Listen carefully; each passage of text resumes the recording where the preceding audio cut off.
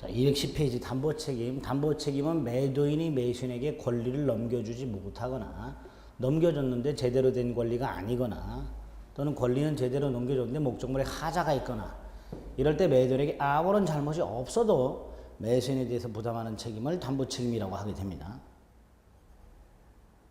그래서 매수인은 매도인을 상대로 계약을 해지하거나 대금감액을 청구하거나 손해배상을 청구하거나 또는 출첵 상환을 청구하거나 완전먼급부를 청구하거나 이런 것들이 담보책임의 내용이었었죠. 그리고 이제 권리 하자가 5개가 있었어요. 전부 타인 권리, 일부 타인 권리, 그다음에 수량 부족, 일부 멸실, 용익적 권리에 의한 제한, 저당권 실행에 의한 담보책임, 또 물건의 하자도 2개가 있었죠. 특정물, 불특정물. 이렇게 담보책임 내용도 많고, 그래서 담보책임 문제는 판례보다는 주로 그 담보책임을 사례 형태로 만들어서 이런 경우 매수인은 매도인에게 무슨 권리를 행사할 수 있다 없다 OX를 골라라 이런 식으로 좀 많이 나옵니다. 이제 그런 것들은 이제 문제 같은 걸 통해서 확인하시면 되고, 이제 판례 담보책임에서 나오는 것들이 이제 몇 가지 있는데 간단히 체크하시면 돼요. 일단 오른쪽 양가로 2번에 있는 거는 타인 권리 매매라고 하게 되면 전부 타인 권리인데요. 이걸 매도인이 못 넘겨주게 됐어요. 만약에 못 넘겨줬는데 매도인에게 귀책 사유가 있다면 채무 불이행이 되는 거예요. 매도인에게 귀책 사유가 없다면 담보 책임입니다. 그러니까 두 번째로 매도인의 귀책 사유가 있어서 이행불능이 되었다면 설령 매수인은 담보 책임에 의한 계약 해제는 할 수 없다 하더라도 채무 불이행을 이유로 하는 계약 해제는 할 수 있다. 뭐 이렇게 되겠죠. 그 다음에 담보 책임에 의한 손해배상, 특히 이행 불능일 때의 손해배상은 불능 당시 시가를 표준으로 해서 이행이익을 배상하라 이런 것들이 있을 것이고요. 그 다음에 양가로 5번에 보면 전부 타인 권리 매매의 경우에는 원래 담보 책임은 매수인이 매도인에게 뭔가를 행사하는 건데 전부 타인 권리의 경우에는 매도인도 선의일 때 계약을 해지할 수 있도록 되어 있습니다. 당연히요, 매도인도 선의일 때 계약을 해지할 수 있다는 이 특징은 전부 타인 권리에서만 적용되는 조항일 것이고요. 양가로 6번 이행 불능일 때는 뭐라 그랬죠? 아까 양가로 3번하고 똑같이 불능 당시 시가 상당액 이행이익 배상액, 이게 이행이 손해배상이 될 것이고요. 7번 자, 담보 책임 중에 수량 지정 매매라는 게 있어요. 아파트 매매 같이 수량의 주안점을 두고 가격을 정하는 것을 수량 지정 매매라고 합니다. 7번 면적을 가격을 정하는 여러 요소 중 가장 중요한 소수 파악하는 경우 이런 것들이 수량 지정 매매가 될 것이고요. 그 수량 지정 매매에서 수량이 부족할 때 담보 책임이 성립합니다. 반면에 8번은 면적이 돈을 계산한 하나의 표준에 지나지 않는다면 이따는 수량 지정 매매가 아닐 것이고, 수량 지정 매매가 아닐 때는 수량이 부족하더라도 담보 책임 문제는 생기지 않습니다. 그 다음에 9번 수량 지정 매매의 경우에는요, 수량이 부족할 때 예컨대 아파트를 매매를 했는데 50평 아파트 매매를 했어요. 근데 나중에 실측을 해봤더니 45평밖에 안 돼요. 그럼 처음부터 5평이 모자랐다는 거죠. 이런 게 수량 지정 매매에서 수량 부족에 해당되는 건데, 이때 선의의 매수인은 대금 감액을 청구할 수 있고요. 또 이게 45평이었다면 매수하지 않았을 것이다 라는 사정이 인정되면 계약을 해지할 수 있고요. 손해배상을 청구할 수도 있는데, 이거를 사실을 안 날로부터 1년 내에 행사할 수 있도록 되어 있어요. 사실 안 날로부터 1년. 이때 이 사실을 안 날이라 하면 여기 요 5평만큼 부족하다는 사실을 안 날을 의미하는 게 아니라 이 부족한 부분만큼을 취득할 수 없게 되었다는 사실을 안 날을 의미합니다. 부족하다는 사실을 안 날을 의미하는 것이 아니고요. 그걸 취득할 수 없게 되었다는 사실을 안 날, 이걸 의미하게 됩니다. 그 다음 10번은 갑소유 땅에 저당권이 설정이 되어 있는 상태에서 을이 샀어요. 당연히 이게 말소될 거라고 생각하고 있었는데 말소되지 않아. 그래서 이게 나중에 실행이 돼서 얘가 소유권을 상실하게 되었을 때, 그럴 때 담보 책임을 추구할 수 있는데, 얘가 만약에 추가적으로 저당권자에게 돈을 갚아서 자신의 소유권을 방어했다면 추가적으로 지출한 돈, 출첵 상환 청구할 수 있고요. 계약을 해지할 수도 있고요. 손해배상을 청구할 수도 있습니다. 이게 저당권이 실행되었을 때 매수인의 담보 책임이 되는 거예요. 매매 목적물에 존재하던 저당권이 시행되었을 때. 근데 우리 판례가 이걸 확장합니다. 여기에 담보가등기가 있다. 이때도 마찬가지다. 담보가등기가 되어 있을 때 나중에 이게 실행이 돼서 얘가 소유권을 상실하게 되었다. 그럴 때도 저당권 실행과 마찬가지로 담보책임을 인정합니다. 그게 576조 담보책임입니다. 570조 담보책임은 전부 타인권이 담보책임이에요. 그래서 10번에 보면 가등기 목적이 된 부동산을 산 사람이 그 뒤에 가등기 터잡아 본등기가 됨으로써 소유권을 상실하게 되면 전부 타인권리 담보책임인 570조가 아니라 저당권 실행에 의한 담보책임인 576조의 담보책임을 진다. 가압류가 되어 있는 경우도 마찬가지예요.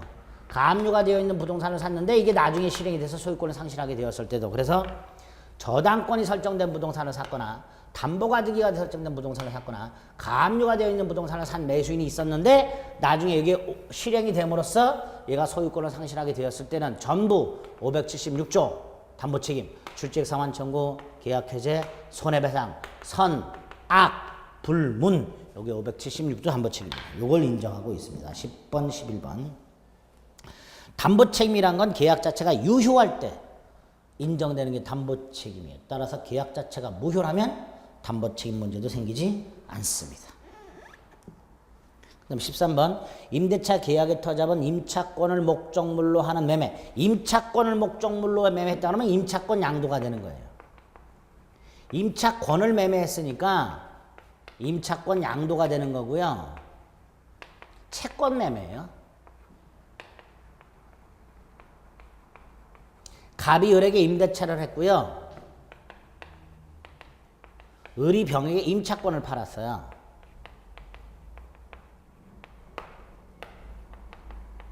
근데 얘가 동의를 안 했어요. 그럼 동의를 안 했다면 얘는 목적물을 사용수익을 못해요. 그러니까 임차권을 샀지만 제대로 목적물을 사용수익하지 못하니까 담보책임을 추구하겠죠.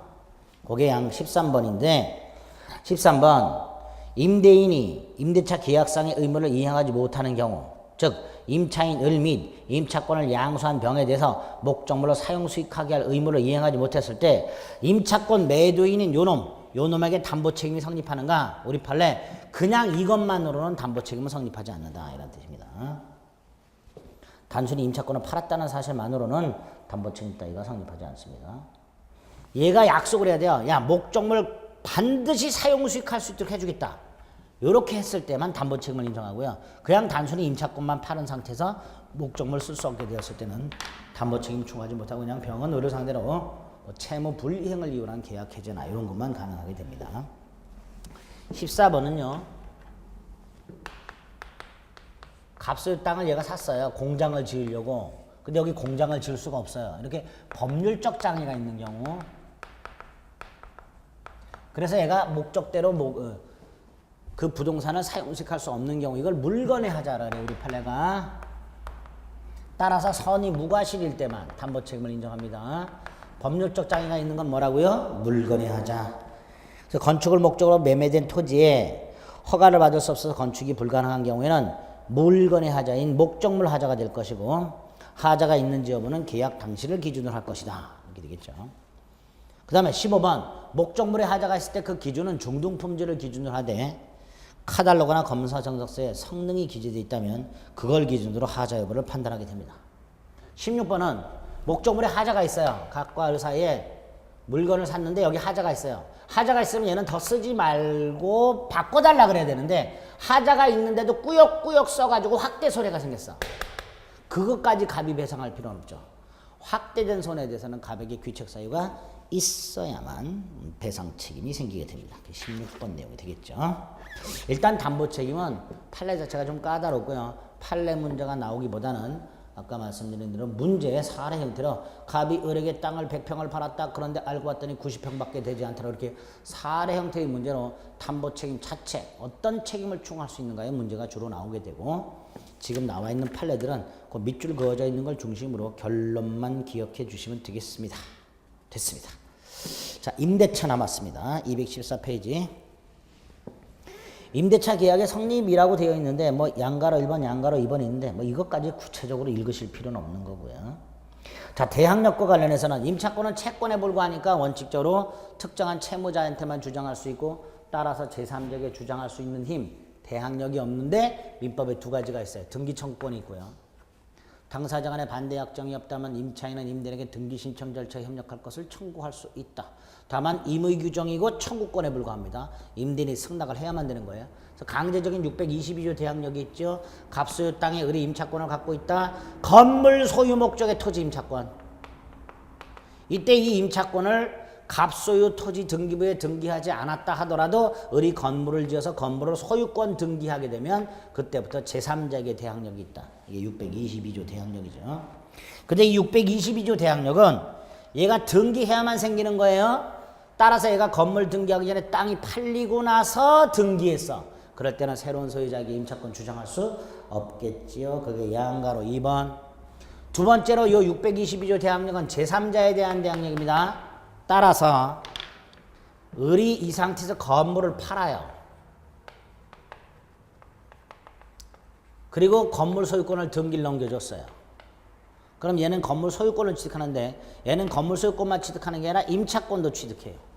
그럼 결국 토지 임차인 을이 자신 소유 건물을 팔면 이 을은 건물만 양도한 게 아니라 임차권도 양도한 거예요. 근데 이 임차권 양도에는 갑의 동의를 받아야 되고 갑의 동의를 받지 못하면 임차권을 양수한 사람은 갑에게 임차권을 주장을 못해요.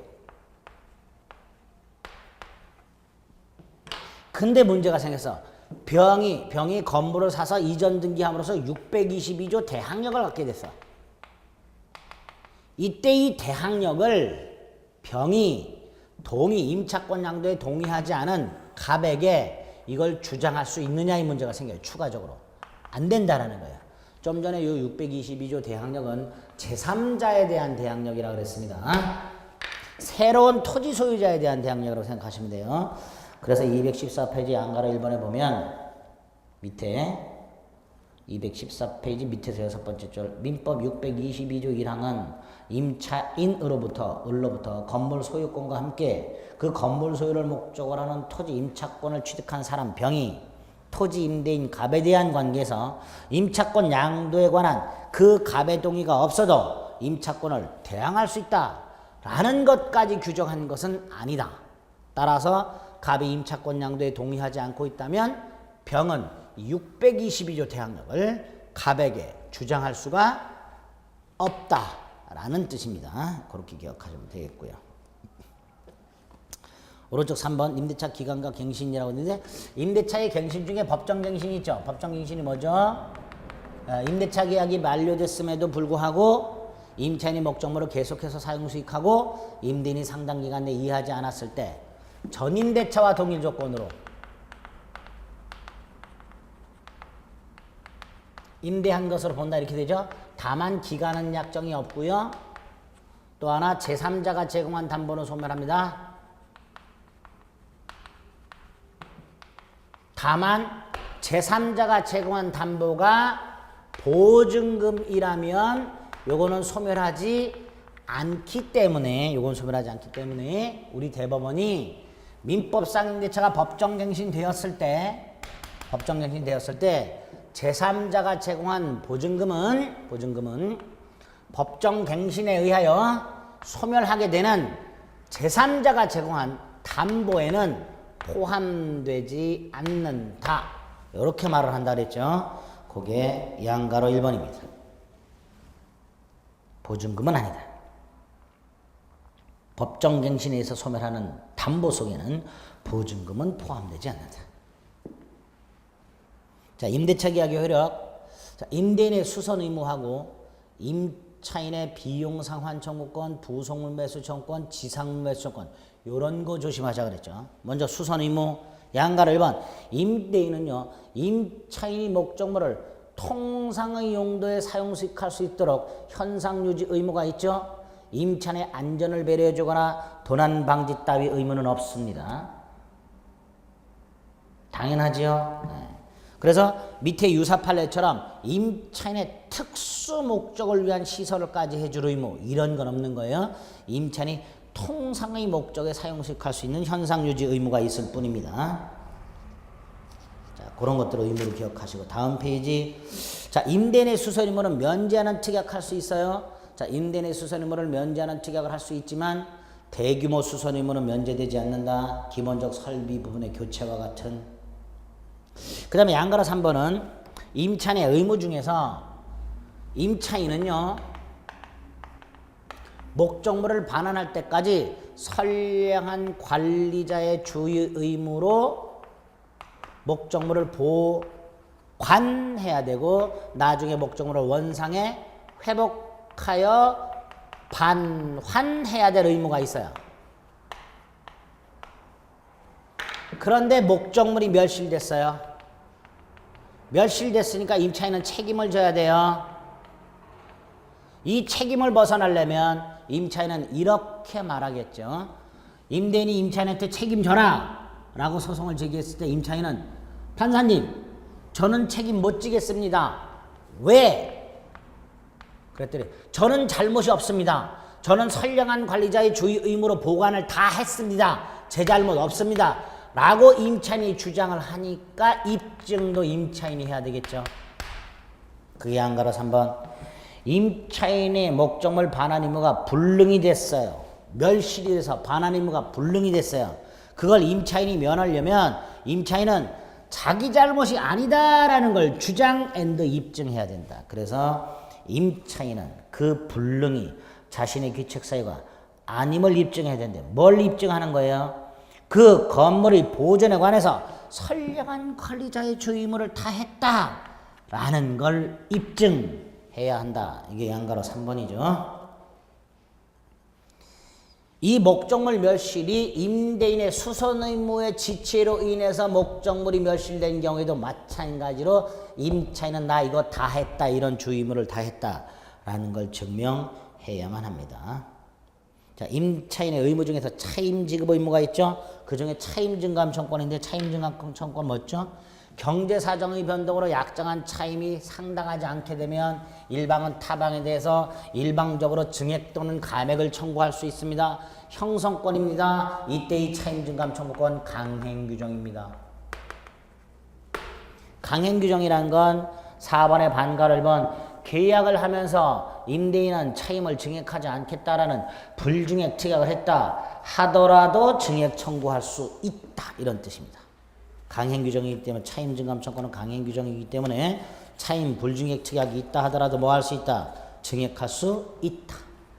두 번째로 증감 청구했을 때 증액 또는 감액을 청구했을 때 형성권이기 때문에 일방적으로 증액 또는 감액이 되기는 하지만 상대방이 이 의의를 제기할 수는 있어요. 이거 너무 심하지 않냐? 그럼 재판으로 갑니다.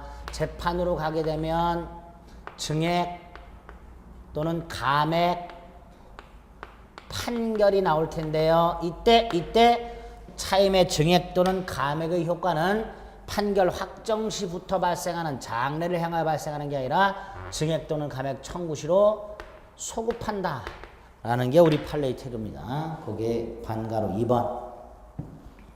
자, 양가로 5번. 요거는 임차인은 비용 상환 청권이 있죠. 임차인은 필요비 유익비 상환 청권이 있었습니다. 이거 임의 규정이니까 포기할 수 있어요. 이 비용 상환 청구를 포기하기로 하는 특약 2개가 있습니다. 거기에 나와 있는 데는 원상복구 약정이 있고요. 임차인이 원상복구하기로 약정했다면 비용 상환 청구 포기 특약으로 유효합니다. 또 하나가 건물 임차인이 그 건물을 증축을 하되 요 증축한 부분을 임대인에게 소유권을 귀속시키기로 하는 약정, 요것도 증축한 부분의 원상복구 의무를 면하는 대신 증축 비용 상환 청구를 포기하는 특약으로 봅니다. 오케이. 양가로 5번 유효하다는 거 확인하시고요. 자, 양가로 6번 지상물 매수 청구권이 나왔습니다. 임차인의 권리. 자, 일단 지상물 매수 청구는 2가지 경우에 가능하다 그랬죠. 하나가 기간을 약정했는데 기간이 만료가 됐고요. 지상물이 남아있는 상태에서 갱신을 청구했는데 거절당한 경우 하고요. 이때 임차인은 지상물 매수를 청구할 수 있다고 그랬어요. 또 하나가 기간을 약정하지 않았는데 지상물은 있는 상태에서 임대인이 해지 통고한 경우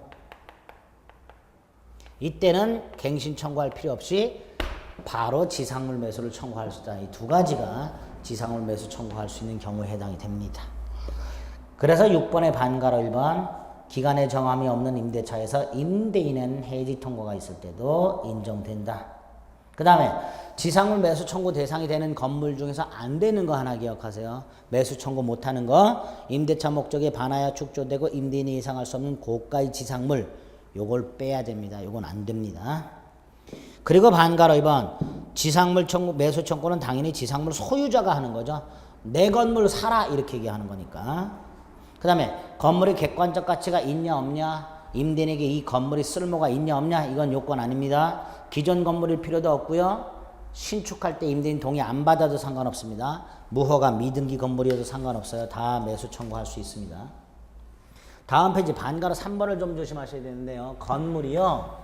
임대인 소유 토지와 임대인 이외의자 제3자 소유 토지나 또는 임차인 소유 토지에 걸쳐서 건립이 되어 있을 때에는 이 임대인 소유 토지 위에 있는 건물 부분 중에서 구분 소유권의 객체가 되는 부분에 한해서만 지상물 매수를 청구할 수 있다. 임대인한테 남의 땅에 있는 건물까지 사라고 할 수는 없다. 거기 반가로 3번. 반가로 4번 임차인 특수용도나 사업을 위한 지상물 이것까지 사라고 할 수는 없다. 누구에게 하는가? 임차권 소멸 당시 임대인. 다만 이런 경우가 있었어요. 갑소유 땅에 을이 임차권에 터잡아 건물을 갖고 있었고 임대차 계약이 기간이 만료가 됐어요. 그럼 얘한테 행사하는 거예요. 근데 기간 만료 후에 기간이 먼저 만료가 되고 그 다음에 팔았어요. 이때 을이 새로운 토지 소유자 병에게 지상물 매수를 청구할 수 있느냐의 문제가 생겼는데요. 원칙은 안 되죠. 왜? 임차권은 채권에 불과하고요. 다만 을이 뭘 갖추고 있을 때 대항력을 갖추고 있을 때는 지상물 매수를 청구할 수 있다. 이렇게 되겠죠. 기간이 만료가 됐어요. 임차권이 소멸했어요. 을은 갑에게 지상물 매수를 청구할 수 있습니다. 그런데 그 상황에서 새로운 토지 소유자가 나타났을 때 원칙적으로 새로운 토지 소유자에게는 지상물 매수를 청구할 수 없지만 을이 대항력을 갖추고 있었다면 새로운 토지 소유자, 즉 토지 양수인에게도 지상물 매수를 청구할 수 있습니다. 6번 임차인의 채무 불이행을 이유로 계약이 해지되었을 때는 매수 청구할 수 없고요. 7번 지상물 매수 청구권이나 부속물 매수 청구권은 강행 규정이기 때문에 지상물을 철거하기로 지상시설 일체를 포기하기로 하는 약정은 원칙적으로 무효입니다. 다만 이 지상물 매수 청구권 따위를 포기하기로 하는 약정이 무조건 무효가 되는 건 아니고요. 임차인에게 불리할 때, 그러니까 원칙 무효고요. 지상물 매수 청구권이나 부속물 매수 청구권을 포기하기로 하는 약정은 원칙은 무효인데 다만 이게 임차인에게 딱히 불리하지는 않더라. 그럼 유효다 이렇게 되는 거예요. 요게 이제 8번 판례입니다. 매수 청구권에 관한 위반 약정이 지상물 매수 청구권 따위를 포기하기로 하는 약정이 임차인에게 불리한 것인지를 판단하는 기준. 오른쪽 구체적 사정을 고려해서. 그래서 219페이지에 보면 갑 지방자치단체와 임차인 을이 땅을 빌리는 계약을 했는데 임차인은 지상물 매수 청구권을 포기하기로 했는데 단순히 포기하기로 하면 무효가 될 텐데 보증금, 차임 이런 걸 저렴하게 하면서 지상물 철거 단순히 지상물 매수 청구권이나 부속물 매수 청구권을 포기하기로 하는 약정은 무효지만 보증금이나 차임 따위를 저렴하게 하는 대신 포기하기로 했다면 이건 딱히 임차인에게 불리한 건 아니기 때문에 그런 약정은 예외적으로 유효하다. 이렇게 보겠다는 거예요. 그 다음 반가로 9번 이런 경우가 있었어요. 좀 조심스러워야 돼요. 조심하셔야 될 판례인데요. 갑소유 땅에 을이 임차권을 가지고서 건물을 갖고 있었고 임대차 기간이 말렸는데 얘가 지상물 매수를 청구하지 않았어요. 할 수 있는데 안 했어요. 모르고 안 했어요. 어쨌든. 그리고 얘가 철거 소송을 제기했어요. 당연히 을이 패소했어요. 패소한 다음에 을이 건물을 철거하기가 너무 억울하니까 변호사한테 알아봤더니 매수를 청구할 수 있대요. 그래서 을이 매수를 청구해요. 처음에 매수 청구권을 행사하지 않고 있었는데 그래서 갑이 을을 상대로 철거 소송을 제기해서 을이 패소했어요. 이제 갑은 철거 집행만 하면 돼요. 그런데 철거 소송에서 을이 패소했는데 철거 집행 전에 건물을 철거하기 전에 을이 갑에게 지상물을 사라고 매수를 청구했어요. 우리 판례 이거 인정합니다. 좀 황당하죠? 반가로 5번 임대인이 제기한 토지 인도 및 철거 소송에서 임차인이 패소했지만 임차인은 그 후에 철거 집행 전에 별도로 지상물 매수 청구를 행사할 수 있다. 10번 건물의 근저당권이 설정되어 있는 경우에도 지상물 매수 청구할 수 있습니다. 11번 지상물 매수 청구를 행사하게 되면 매수 청구권 행사 당시 시가상당액 이게 매매대금이에요. 따라서 임차인이 기존 건물을 철거하는 데 들어간 비용, 건물을 신축하는 데 들어간 비용 전부를 갑이 보상해 줄 의무는 없는 거예요. 매매대금은 지상물 매수 조건 행사 당시 시가상당액 그게 됩니다. 그게 11번 됐지요? 자, 그 다음에 이제 12번 갑소유 땅에 건물을 갖고 있었던 을이 지상물 매수 청구를 행사했어요. 그러면 매매계약이 성립하니까 갑은 대금 줘야 되고 을은 지상물에 대한 권리를 넘겨줘야 되는데 갑이 대금을 안 준다면 얘는 동시행관계가 되는 거예요. 을은 지상물 매매대금 줄 때까지는 건물 못 줘. 그 건물을 못 줘. 라고 하고 있는 동안에도 땅은 쓰고 있는 거죠. 그러니까 사용이익만큼은 부당이득을 반환해야 한다. 이렇게 되겠죠. 을이 갑에게 지상물 매수 청구를 행사하여 갑을 사이에 지상물 매매 계약이 성립하게 되면 동시행관계가 성립한다. 갑의 대금 지급 의무와 을의 지상물에 대한 권리 이전 의무는 동시행관계다. 이때 갑이 대금을 지급하지 않는다. 따라서 을이 건물 못 주겠다. 라고 항변권을 행사하고 있는 동안에 땅은 쓰고 있더라 말이죠. 땅을 쓰고 있으니까 사용이익을 차임 상당액의 부당이득 반환 의무가 있다. 13번 서로 대가관계가 있으니까 대금 지급 의무와 지상물에 대한 권리 이전 의무는 대가관계가 있으니까 동시행 관계다. 그런 내용입니다. 13번. 자, 부속물 매수 조건. 이건 이제 건물 기타 공작물 임차인에게 인정되는데 이때 부속물 매수 청구의 대상이 되려면 이건 건물 기타 공작물의 일부가 아닌 독립물이어야 되고요. 임차인 소유여야 되고요. 객관적 용도에 제공돼야 돼요. 객관적 용도에 제공된다는 것은 임차인 특수목적 시설물이 아니어야 한다는 거예요. 따라서 임차인 특수목적 시설물의 경우에는 부속물 매수 청구의 대상이 아니다. 근데 반가로 이번에 보니까 공부상 용도가 음식점이야.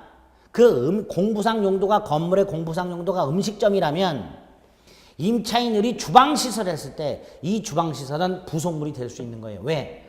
다른 임차인도 이 주방시설을 쓸 수 있는 거잖아요. 그렇죠? 건물의 공부상 용도가 음식점일 때는 임차인이 시설한 주방시설은 다른 임차인도 어차피 건물의 공부상 용도가 음식점이니까 음식점을 영업할 거 아닙니까? 그럼 주방시설은 사용이 가능한 객관적 용도에 제공되는 거니까 부속물 매수의 대상이 될 수 있습니다. 반가로 3번은 증축 부분, 독립한 객체가 될 수 없는 증축 부분, 임대인 소유에 속하기로 한 증축 부분. 아까 뭐라 했어요? 임차인이 증축을 하되 임대인 소유에 귀속시키게 버리면 기존 건물의 일부가 되어버리니까 기존 건물의 일부가 되어버리니까 독립성이 없지요. 독립성이 없으니까 부속물 매수의 대상이 아니다. 이렇게 되겠죠. 반가로 3번.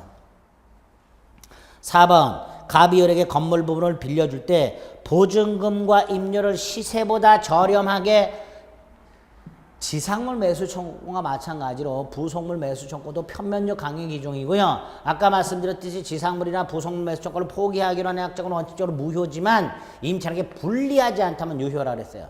대표적인 게 지금 이거예요. 보증금과 임료를 저렴하게 해주는 대신 부속물 매수 따위를 청구하지 않기로. 딱히 임차인에게 불리한 게 아니니까 유효. 오른쪽 5번. 임차인이 건물을 증축하되 증축한 부분을 임대인에게 귀속시키기로 하는 것은 비용상환청권 포기약정이라 했어요. 부속물 매수청권 포기약정이 아니고 비용상환청권 포기약정이니까 유효. 왜? 임대인에게 귀속시키기로 했다면 그 부분은 기존 건물에 부합이 되어버린 거 그리고 부속이 아니라는 거죠. 따라서 유효하다. 5번. 6번. 임차인 채무 불이행을 이유로 해지되었을 때는 부속물 매수 청구 따위 할 수 없습니다. 없습니다.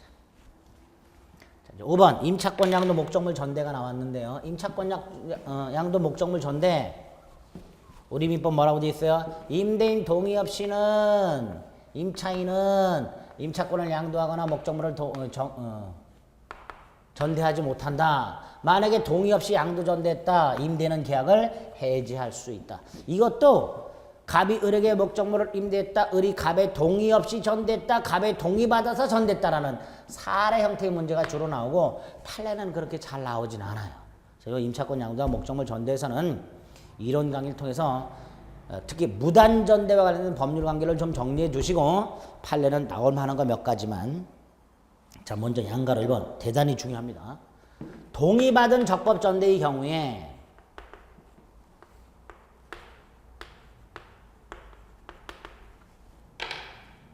갑은 을에게 직접 차임을 청구할 수 있어요. 동의받았을 때.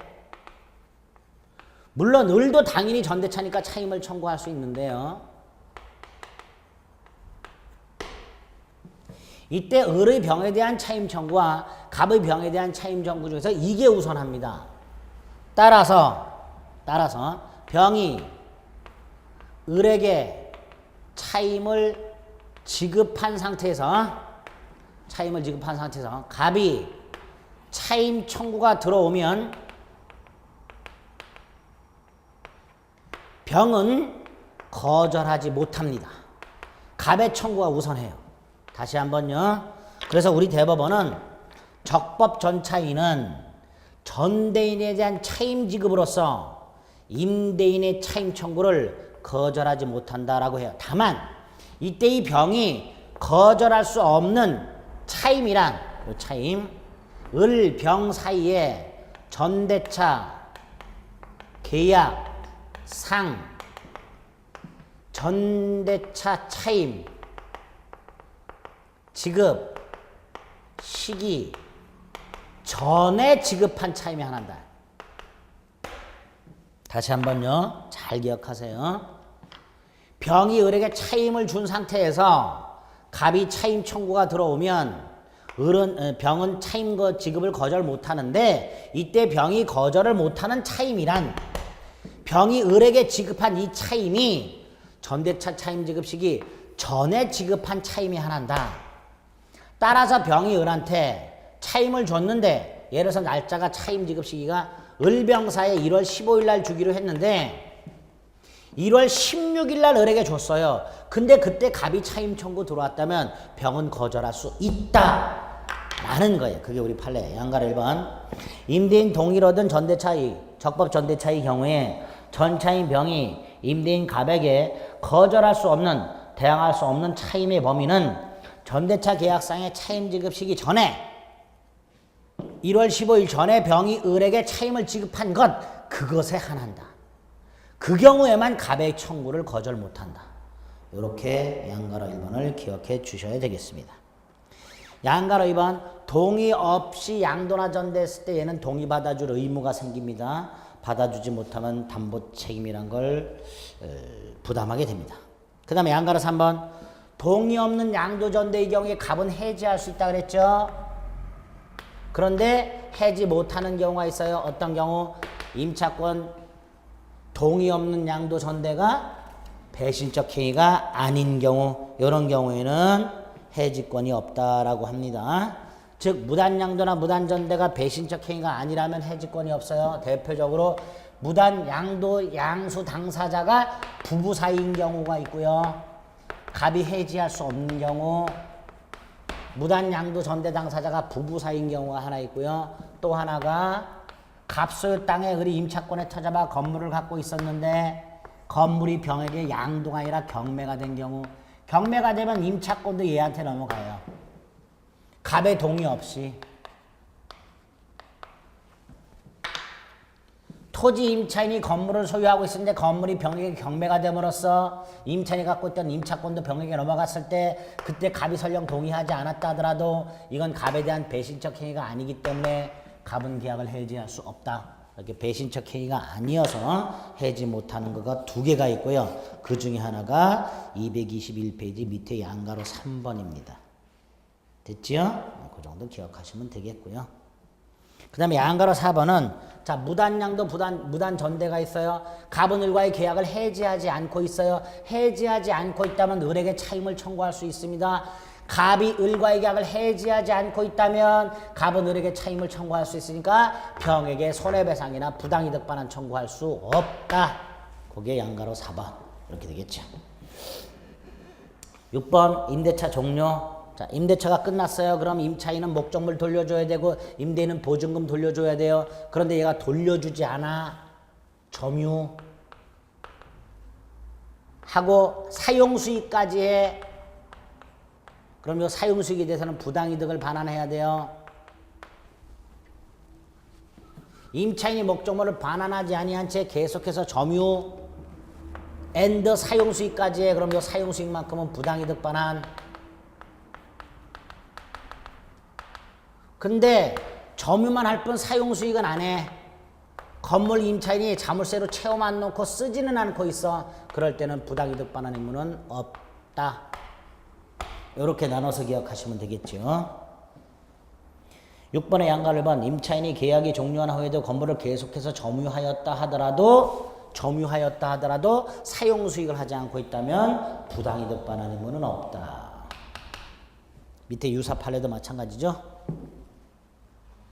양가로 2번 임차인이 영업시설비를 청구하지 않기로 했다는 사정만으로 원상회복 의무를 면제하는 걸로 볼 수는 없다. 시설비 청구하지 않고 원상회복해야 된다 이런 뜻입니다. 양가로 3번 폐업 신고 절차 이행 의무. 자, 임차인은요 목적물이 임대차가 종료되면 목적물을 원상에 회복해야 되는데 이 원상회복 의무 속에는 폐업 신고 절차 이행 의무도 포함된다.